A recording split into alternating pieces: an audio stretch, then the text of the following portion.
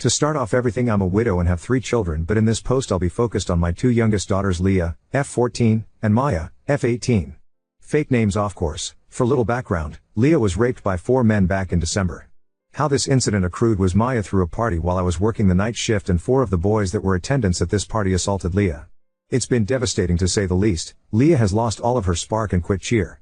Plus on top of it, she opted out of her freshman year by just continuing to do courses online.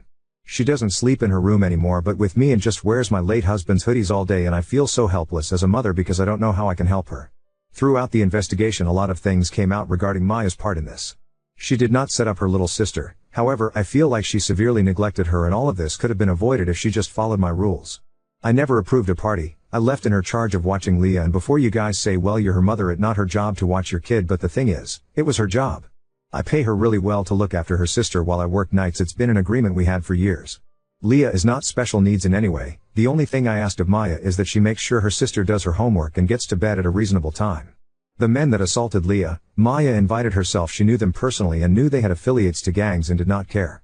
Instead, what I found out in this investigation, she tried to put Leah with one of these boys and Leah was not interested. This boy was harassing Leah all night, trying to get her to kiss him. Then Leah had enough and went to her room, and the moment Maya left the house to go to McDonald's, that same boy and his friends went up to my daughter's room and raped her.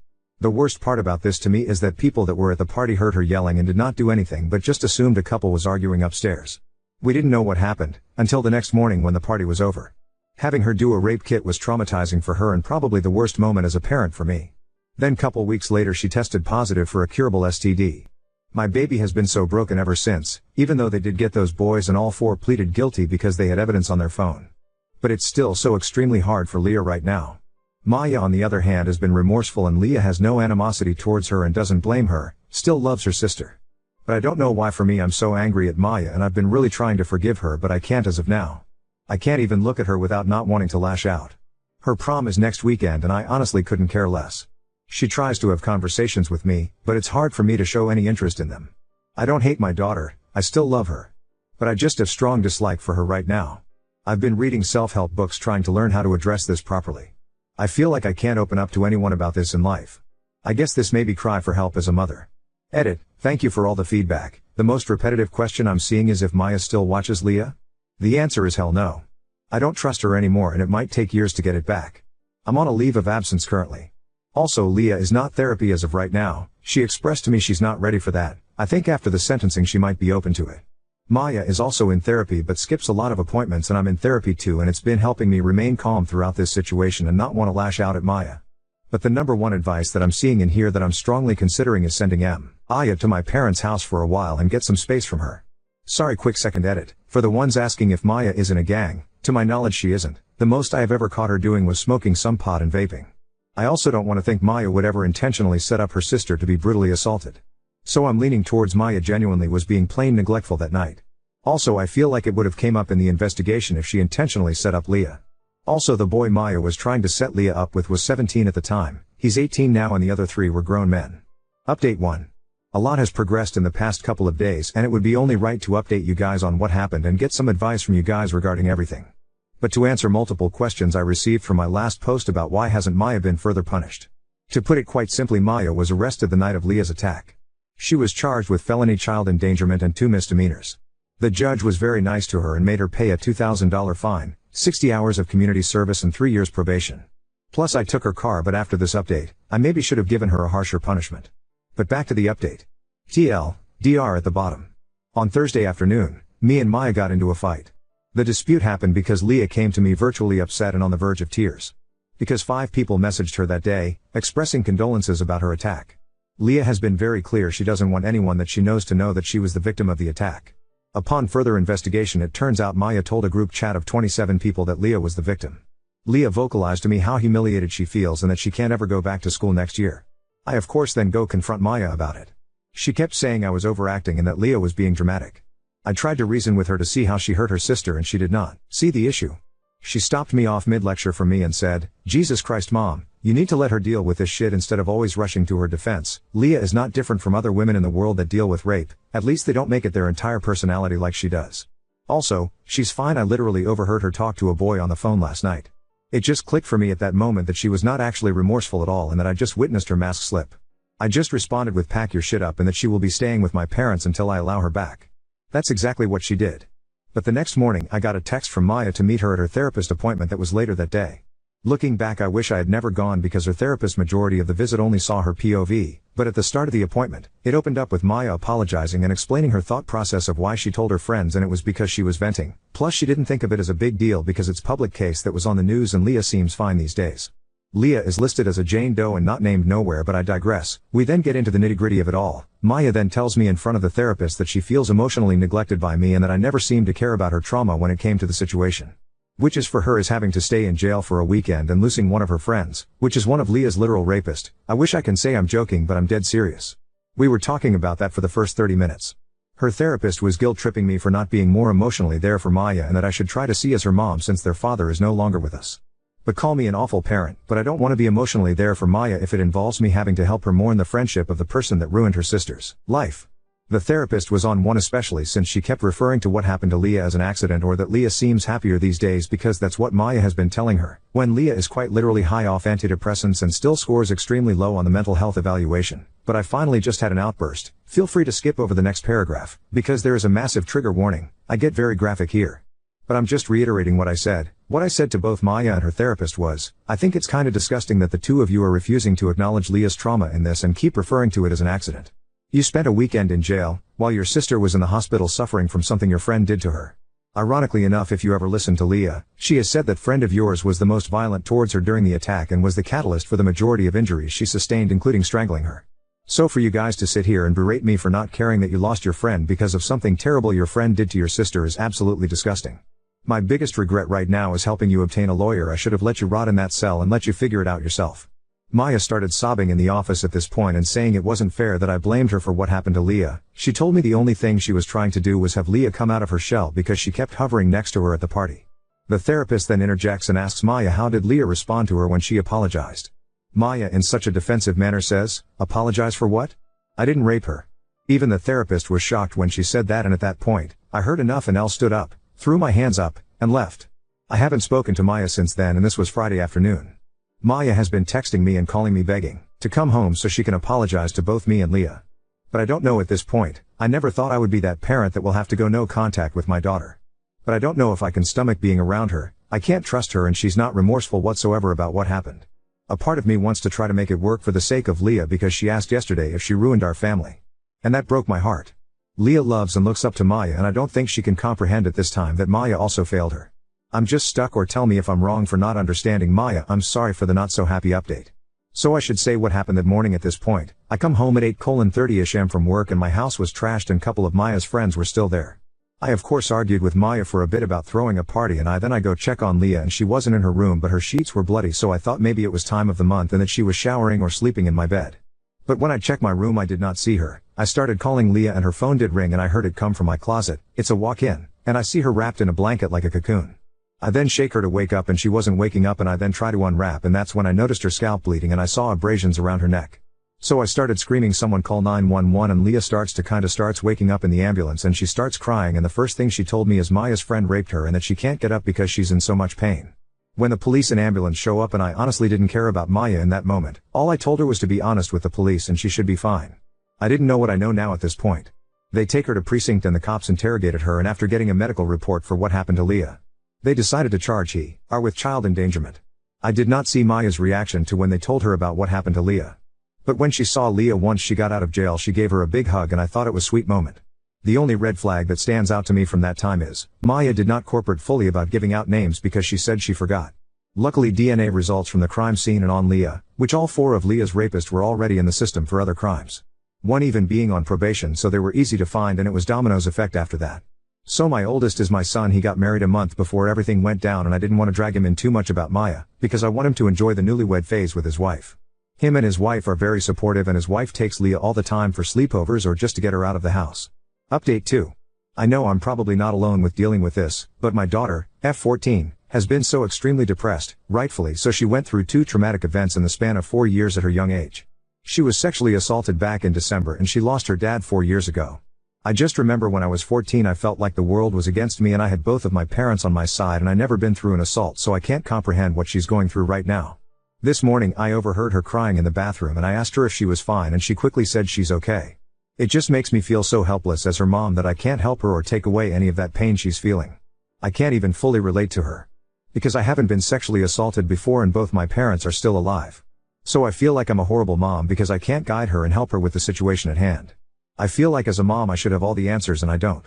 I just know in her head every time I try to comfort her she thinks what is this woman talking about because I feel like I don't know what I'm talking about 99% of the time. So any other moms that can relate please drop some helpful tips. I have 3 kids, M24, F18, and F14. My late husband died very unexpectedly 4 years ago due to COVID.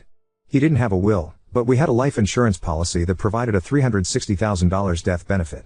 As his spouse, I received the full amount. I decided to divide the money 4 ways. I would get $120,000, and each of my 3 kids would get $80,000. At the time, my daughters were both minors, so I told them they could access their full amount when they turned 18. However, if they ever wanted to do something pricey, I would allow them to use some of their share. Most of their needs were taken care of by me. My son was over 18, so I gave him his share right away. This arrangement was a verbal agreement, and I intended to follow through with it fully. Recently, however, my middle daughter, we will call her Maya, was arrested in December for child endangerment because she severely neglected her little sister, leading to something awful happening under her care.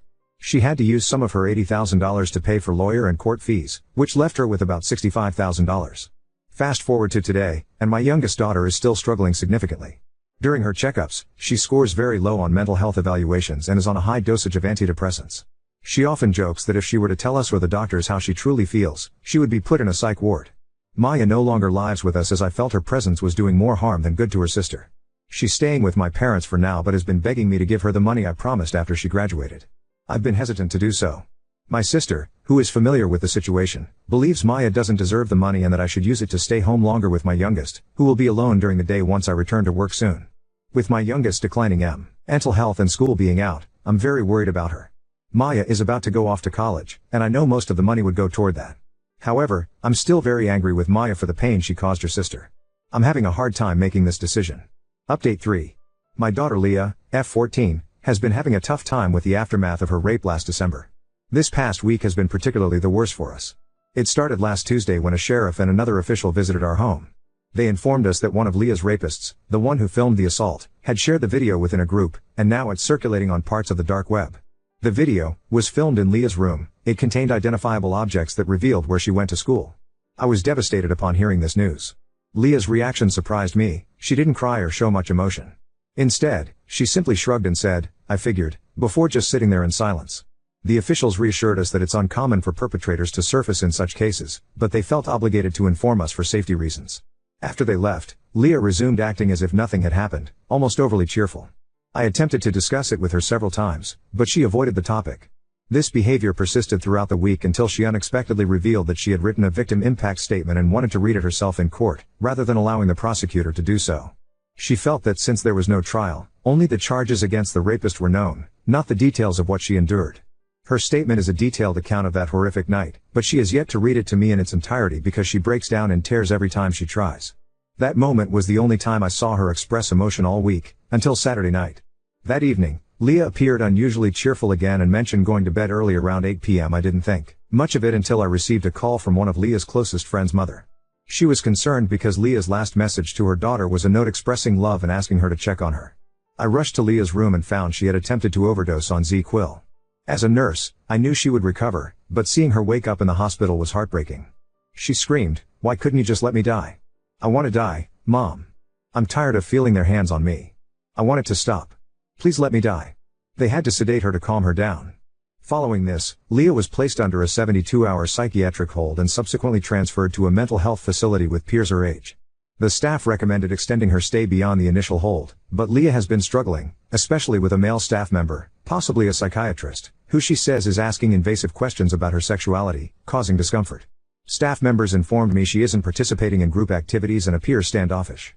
They even proposed restricting her ability to contact me as a consequence, though I requested they hold off on implementing such measures. I'm uncertain if the current inpatient setting is suitable, given Leah's apparent difficulty adjusting. Her plea for her to die continues to haunt me. It's a thought I can't shake. Leah's best friend shared additional details Leah had kept from me. There's a hurtful rumor circulating that Leah let a train be ran on her, leading to her involving the police out of embarrassment. Children can be so incredibly cruel. As far as my other daughter Maya, F18, I haven't spoken to her in 2 weeks. But I did recently discover why Leah feels indebted to her. 2 years ago, I found inappropriate messages on Leah's phone between her and Maya's ex-boyfriend. He expressed love for Leah, and also compared her to Maya. He told her she was way prettier than Maya and he liked she was her virgin. When I told Maya, she was furious and broke up with him, but she believed Leah had betrayed her by engaging with her boyfriend. Even though Leah was 12 at the time and her boyfriend was 17. Maya still avoided Leah for 3 months afterward, and despite Leah's efforts to apologize, Maya still holds a grudge. Leah blames herself for damaging their relationship because of this incident. I'm sharing this to get this off my chest. I've kept these struggles within our family to protect my daughters.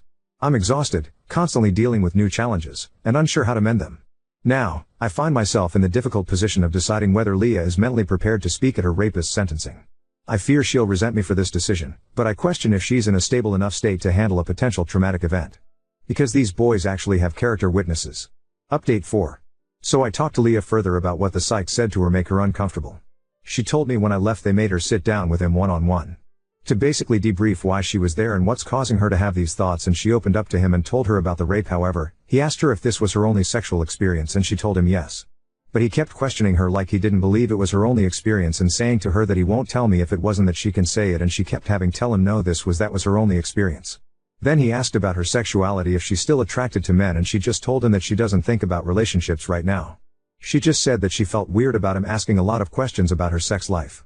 When it was just those two alone in a room with the door closed. I'm not gonna accuse the psych of being a creep, because maybe he was simply doing his job, but I feel like he should have known to have a female staff ask her those questions. Or just have a woman present. He had have seen her chart before he say, and her. Now on to second story. Realized my girlfriend sees me as an ATM when she guilt-tripped me for money just to cover her haircut deposit. My girlfriend, 32F, and I, 38 male, have been together for 2 years. I lost my job about 3 months into our relationship. During this time, she really came through for me and helped out a lot. I did not have a car, so she would help me deliver orders on DoorDash and Grubhub so I could pay my bills. She also covered the difference out of her pocket if I was running short. To say I'm grateful to her is an understatement. I finally found a new job 2 months ago. I'm saving up for a car, so she's been letting me borrow hers. She accrued some debt while I was out of a job and I have repaid about half of that. However, now I'm worried that she's starting to only want me for my money. We got into an argument over the weekend because she called to ask me if she could borrow some money to get a haircut. Apparently she is running short due to an expected home repair cost, but already paid the hairdresser a deposit that she would have to forfeit if she rescheduled it. I had a long day at work and was exhausted, both mentally and physically. So when I noticed that my phone was ringing, I was really excited to see her name. But after I answered, she immediately asked me for money. I felt crushed because she did it without even asking how my day was first. I told her that I guess I understand what my new role is in her life now, and she threw a huge fit about it. She claims that she gave me her everything for 1.5 years just to keep a roof over my head, and that she's accrued debt from when I wasn't working, so I shouldn't be so opposed to doing her a favor. I recently bought her car a new set of tires and got the brake pads replaced, as well as gave her some money to repay the debts with. I also have paid for the car payment and insurance since I started working because I have it at my place more than she does while I save to buy my own. So it's not like I don't contribute to her expenses already. She keeps guilt-tripping me because a haircut is a small ask considering everything I've done for you, which feels very controlling. Now she won't talk to me and I'm scared that she's going to break up with me without even hearing me out. I hated taking her money when I was jobless and that I have to use her car now. I didn't want to do it in the first place. Anytime I needed her to pay for something, it was because it was an important expense like my rent or power. So the way she is asking for something unnecessary like a haircut just feels like a slap in the face.